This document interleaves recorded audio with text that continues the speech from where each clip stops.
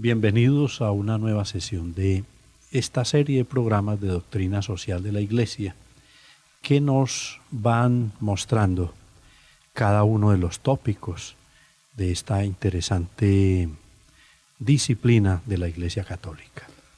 Nos ocupa hoy el tema de la persona humana en cuanto a su dignidad. Esperamos sacar mucho provecho y mucho gusto porque es un tema apasionante y que también, de todas maneras, nos va a llevar a hacer un autoexamen de cómo es nuestra vida. Bueno, para la Iglesia enseñar y difundir la doctrina social, pues lógicamente tiene la autoridad que le dio nuestro Señor Jesucristo en el Evangelio. Por tanto, difundir y enseñar la doctrina social de la Iglesia hace parte de esa misión evangelizadora y forma parte esencial del mensaje cristiano, ya que esta doctrina expone sus consecuencias directas en la vida de la sociedad y encuadra incluso el trabajo cotidiano, las luchas por la justicia, todo esto en el testimonio de nuestro Señor Jesucristo. Cada que abrimos cualquier pasaje de la Escritura, podemos ver esa incidencia en la vida de la sociedad, en la vida del hombre como ser social. Sí, con su doctrina social, la Iglesia se hace cargo del anuncio que el Señor le ha confiado. Actualiza en cada acontecimiento histórico el mensaje de liberación y redención de Cristo, el Evangelio del Reino. La Iglesia lo que hace es anunciar el Evangelio y a través de él enseña al hombre, en nombre de Cristo, su dignidad propia, su vocación a la comunión de las personas y además le descubre las exigencias de justicia y de paz conforme a la sabiduría divina. Y en cuanto al Evangelio que resuena mediante la Iglesia, en el hoy del hombre, la doctrina social es palabra que libera. Esto significa que posee eficacia la verdad y la gracia del Espíritu de Dios, que penetra los corazones, que se dispone a cultivar pensamientos y proyectos de amor, de justicia, de libertad y de paz.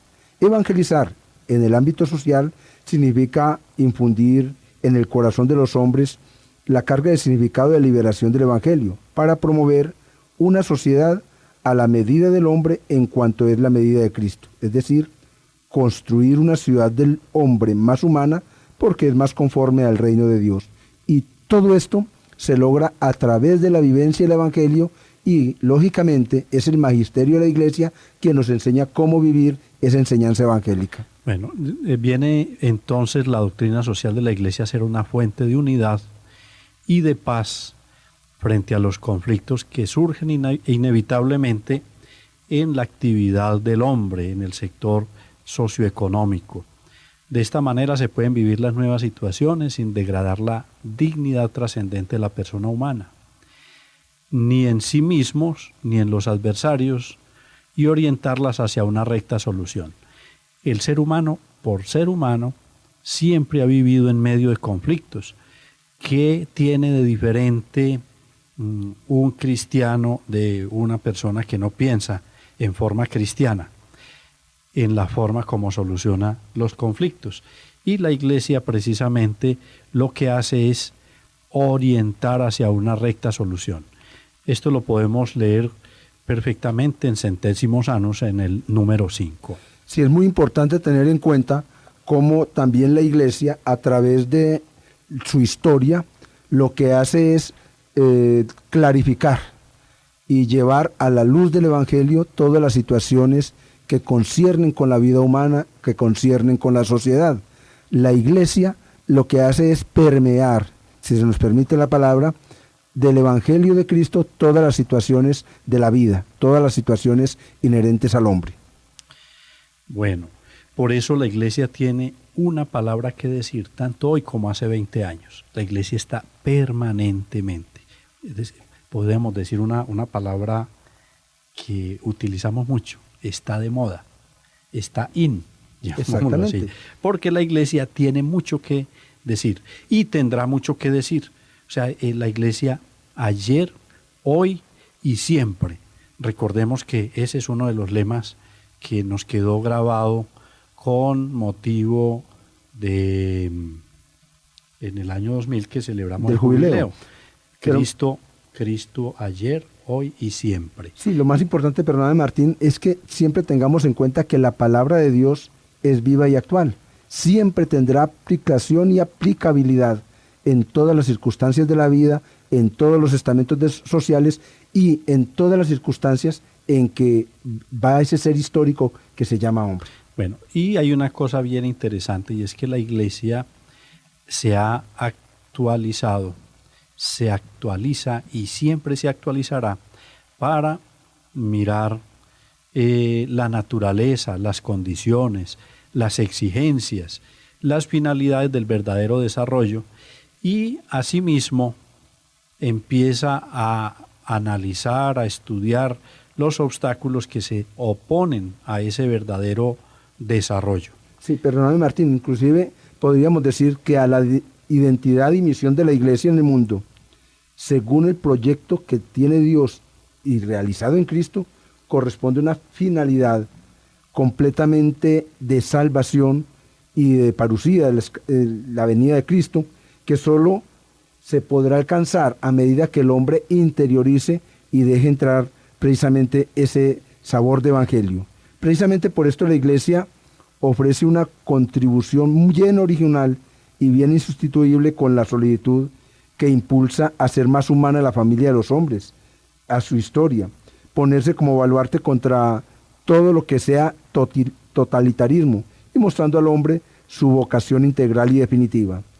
La Iglesia, con la predicación del Evangelio, que es una de sus misiones, la gracia de los sacramentos, la experiencia de la comunión fraterna, cura y eleva la dignidad de la persona, consolida la firmeza de la sociedad y concede a la actividad diaria de la humanidad un sentido y una significación mucho más profundas. Siempre la Iglesia estará pendiente de ese desarrollo integral del hombre, y por eso todas las capas de la sociedad, todo lo que tiene que ver con el hombre, siempre la Iglesia está ahí, con respeto no solamente al hombre, sino a las instituciones y también a los grupos sociales que se generan. Sí, en los programas anteriores hablábamos sobre doctrina social como una disciplina, como una ciencia.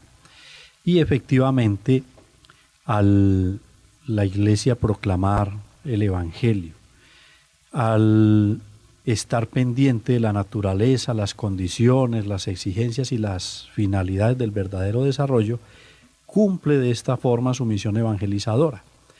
Y la Iglesia da así su primera contribución a la solución del problema urgente del desarrollo, proclamando la verdad de nuestro Señor Jesucristo.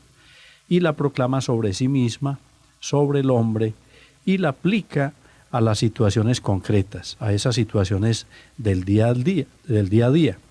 En esa difícil coyuntura actual, para favorecer tanto el planeamiento correcto de los problemas como sus soluciones mejores, la Iglesia puede ayudar mucho con un conocimiento más exacto y una difusión más amplia del conjunto de principios de reflexión, de criterios, de juicios y de directrices de acción que son propuestas por sus enseñanzas.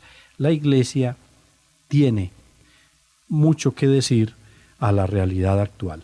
Sí, podemos decir con la Iglesia que justamente a todos los hombres y mujeres de nuestro tiempo, como compañeros de viaje, la Iglesia ofrece su doctrina social. En efecto, cuando la Iglesia cumple su misión de anunciar el Evangelio, enseña al hombre en nombre de Cristo su dignidad propia y su vocación a la comunión de personas, descubre las exigencias de justicia y de paz conforme a la sabiduría divina. Esta doctrina social realmente tiene una profunda unidad que brota de la fe en la salvación integral, de la esperanza en una justicia plena, de la caridad que hace verdaderamente hermanos a todos los hombres en Cristo. Es una expresión de amor de Dios por el mundo, que Él ha amado tanto y que dio a su Hijo único. Es decir, que la nueva ley del amor siempre abarca la humanidad entera y no conoce fronteras, porque ese anuncio de salvación en Cristo se extiende, como nos dicen los Hechos de los Apóstoles por allá en el capítulo 1, hasta los confines de la tierra. Bueno, se observa, viendo todas estas cuestiones que afrontamos hoy, son ante todos morales. Y en esas cuestiones morales la Iglesia mira que podemos superar las presentes dificultades y que esas dificultades no se pueden solucionar si se prescinde de la dimensión esencial de la moralidad. En la vida del hombre, la imagen de Dios resplandece y se manifiesta en toda su plenitud con la venida del Hijo de Dios en carne humana. Él es imagen de Dios invisible, leemos en Colosenses 1:15, es resplandor de su gloria e impronta de su substancia, leemos en Hebreo 1:3. Él es la imagen perfecta del Padre, dice Evangelium Vitae en el número 36. De ahí, de esa imagen de Dios invisible, ese ser primogénito de toda la creación, ese resplandor de su gloria e impronta de su sustancia, hacen que nosotros participemos de esa dignidad que solamente tiene nuestro Señor Jesucristo. El Hijo de Dios ocupa el centro de la historia de las relaciones entre Dios y la humanidad. Somos hijos de Dios y Jesucristo quiso compartir con nosotros esos atributos. De ahí, precisamente, Darío, es de donde nace la dignidad del ser humano, porque somos hijos de Dios en el Hijo de Dios. Somos parte integral de ese cuerpo místico de Cristo que es la Iglesia. Pero qué bueno que tocas un poco ese tema de dignidad de la persona, Martín. Hablemos un poquito de la dignidad de la persona. La dignidad de la persona humana se presenta hoy de modos diversos. Algunos ponen esa dignidad en la autonomía absoluta del hombre sin relación alguna con al Dios trascendente. Más aún, niegan la existencia del Dios creador, del Padre providente. Es una posición extrema y demasiado peligrosa, porque siempre el hombre fue creado a imagen de Dios por un lado y todo tiene que trascender y llegar hacia Él. Otros reconocen ciertamente el peso y el valor del hombre y su autonomía relativa, y también el honor que hay que prestar a las libertades personales, pero ponen el fundamento último de estas cosas en la relación con la suprema trascendencia divina, aunque la entienden de diversos modos. Y finalmente, algunos ponen principalmente la fuente y significación de la prestancia del hombre, al menos después del pecado, en la incorporación a Jesucristo el Señor, perfectamente Dios y perfecto hombre. Entonces, esos son algunos aspectos de esa dignidad de la persona humana. Y aunque la Biblia no habla propiamente en este vocabulario, pone algunas premisas de las que puede deducirse una doctrina desarrollada sobre la dignidad y los derechos de la persona humana. Bueno, la dignidad de la persona humana manifiesta todo su fulgor cuando se consideran su origen y su destino. Y ahí es precisamente donde las Sagradas Escrituras nos muestran la dignidad. El hombre es creado por Dios a su imagen y semejanza, y es redimido por la preciosísima sangre de Cristo, y por eso el hombre está llamado, como decíamos hace un momento, a ser hijo en el Hijo. También nos dice las Sagradas Escrituras que el hombre es templo vivo del Espíritu. Y nos dice también las Sagradas Escrituras que el hombre está destinado a la vida eterna, a esa eterna vida de comunión con Dios que le va a llenar de gozo. Y nos dice que por eso toda violación de la dignidad personal del ser humano grita venganza delante de Dios y se configura como ofensa al Creador del hombre. Bastaría mirar en el Génesis ese momento vergonzoso de esa escena de Yahvé, de Caín, cuando Yahvé le dice a Caín, ¿dónde está tu hermano Abel? Y él le contesta, no lo sé, ¿soy yo acaso guardia de mi hermano? Todos tenemos conocimiento de ese primer asesinato que narra las Sagradas Escrituras.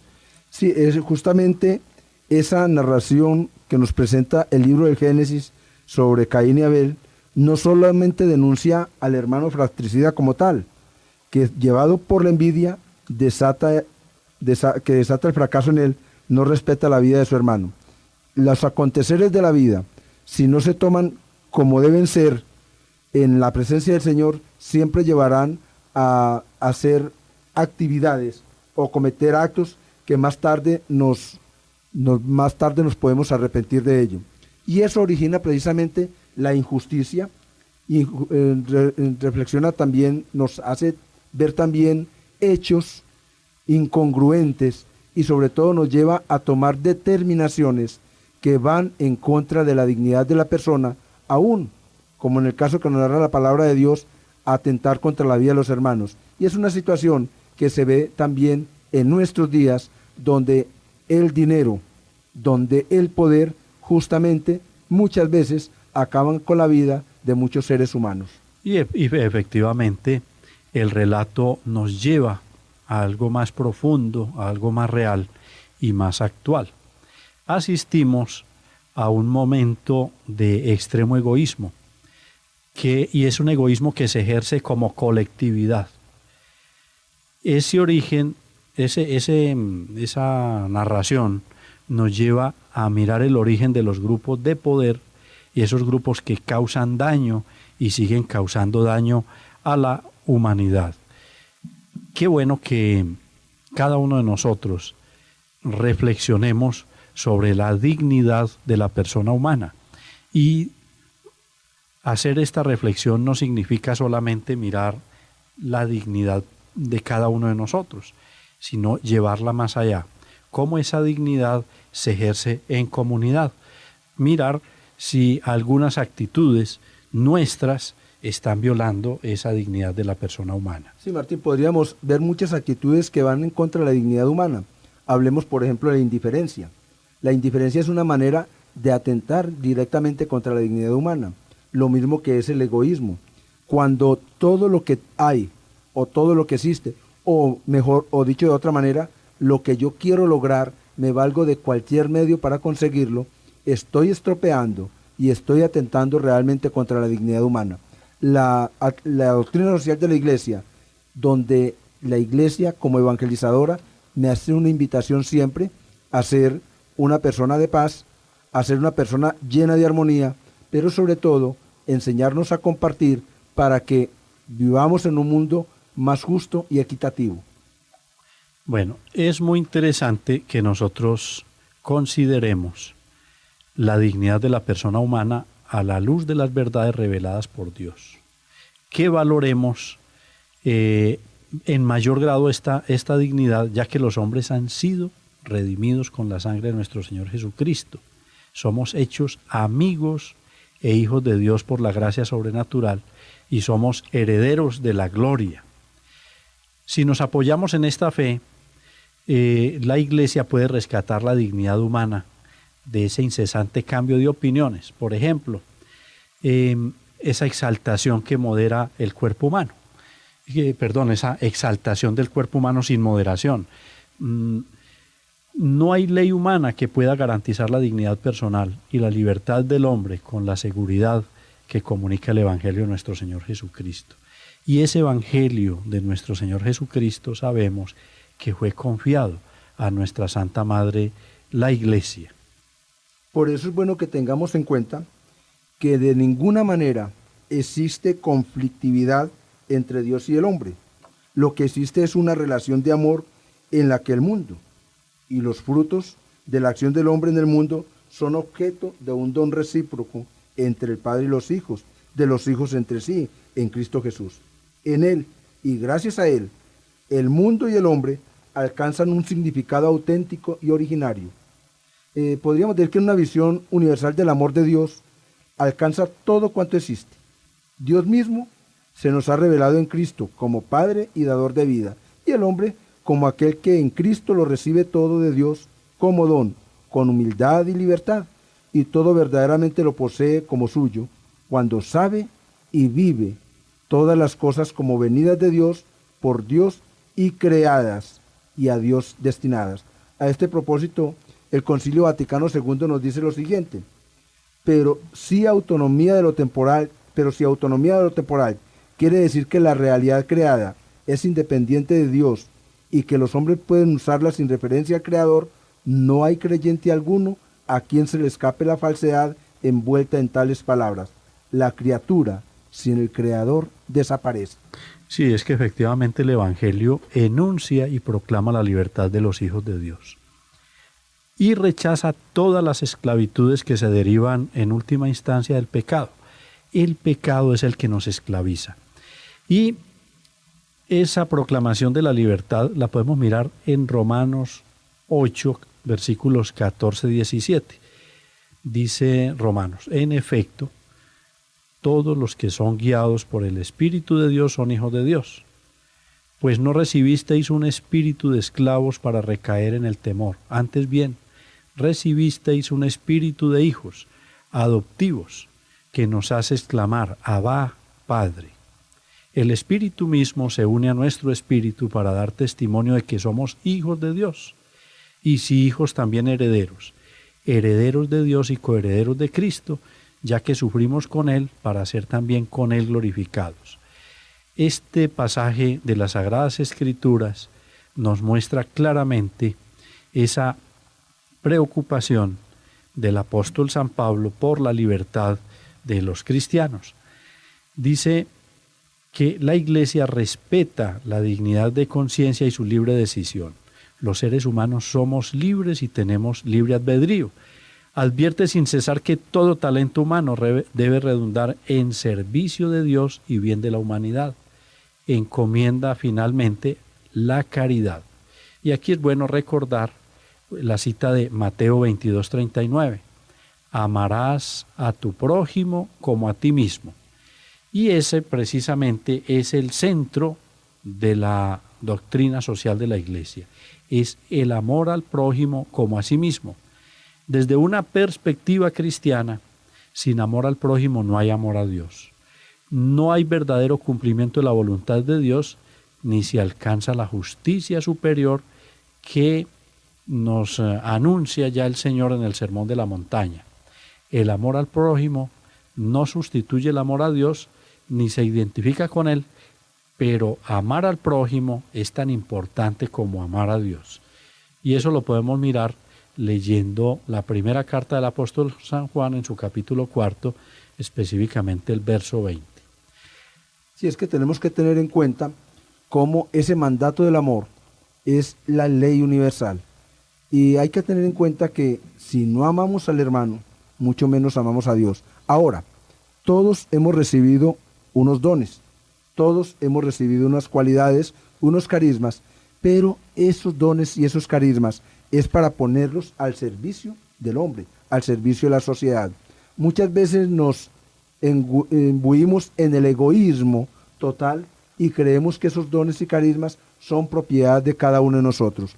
La Iglesia, respetando la dignidad humana, de todas maneras nos quiere hacer sentir y hacer saber que esas cualidades son para el servicio de todos y no para apropiarnos y lograr prebendas o lograr muchas cosas egoístamente. Es decir, hay que compartir para que esa dignidad humana se vea en todo momento acrecentada, que es lo que el Señor quiere. Somos hijos de Dios y hechos a imagen de Dios. Bueno, volviendo a Mateo 22:39, miramos cómo, pues, y los versos precedentes, el Señor coloca estos dos mandamientos de amar a Dios y al prójimo como ejes de toda la Escritura, de toda la ley. Jesús pone en primer lugar la actitud filial con respecto a Dios y la solidaridad humana como los fundamentos de toda la vida religiosa. Entonces, esto es muy interesante para entender cómo es que la Iglesia proclama la dignidad de la vida humana. Y de esa dignidad de la vida humana es donde aparece, o es de donde surge los derechos del hombre, es de donde aparece, es decir, esa defensa por la libertad del hombre. Sin esa proclama de los derechos del hombre, no podíamos amarle, porque ese amor es un amor tomado en actitud, es acto, no es palabra, es cómo debe comportarse el hombre, y eso es el Evangelio. La Iglesia siempre proclama que el Evangelio debe hacerse vida. Si la Iglesia en virtud del Evangelio que le ha sido confiada, no solamente proclama esos derechos del hombre, los reconoce y estima en mucho el dinamismo de la época actual, que por todas partes habla de los derechos, de tales derechos, pero muchas veces esos derechos son vividos y son aclamados de acuerdo a intereses particulares y personales. La Iglesia, con todo el respeto, hace ver que muchas estructuras lo que hacen es justamente estropear esa libertad, ir en contra de la verdad evangélica y sobre todo que van en contra de la dignidad humana. Todo aquello que vaya contra la dignidad humana, siempre la Iglesia está a la defensa, siempre está mostrando la verdad que le concierne desde el Evangelio. Bueno, como el tiempo es implacable, los invitamos para un nuevo programa. Que Dios los bendiga. Santa María de la Paz Radio presentó Construyendo la Civilización del Amor. Los esperamos en nuestro próximo programa. El ángel del Señor se le apareció en sueños y le dijo: José, hijo de David, no temas en recibir a María, tu mujer, porque lo engendrado en ella es del Espíritu Santo. Mateo 1:20. 1560 AM, Santa María de la Paz, te invita a prepararte para celebrar la fiesta de San José, viviendo la devoción de los 7 domingos a San José. Del mar, glorioso San José, custodio del Señor. Escucha el programa especial los sábados o los domingos a la 1 de la tarde, desde el 1 de febrero hasta el 14 de marzo. Tus plantas, oh San José, humildes ruegos damos con fe. Conserva siempre en nuestras almas tu amor sublime, tu dulce calma.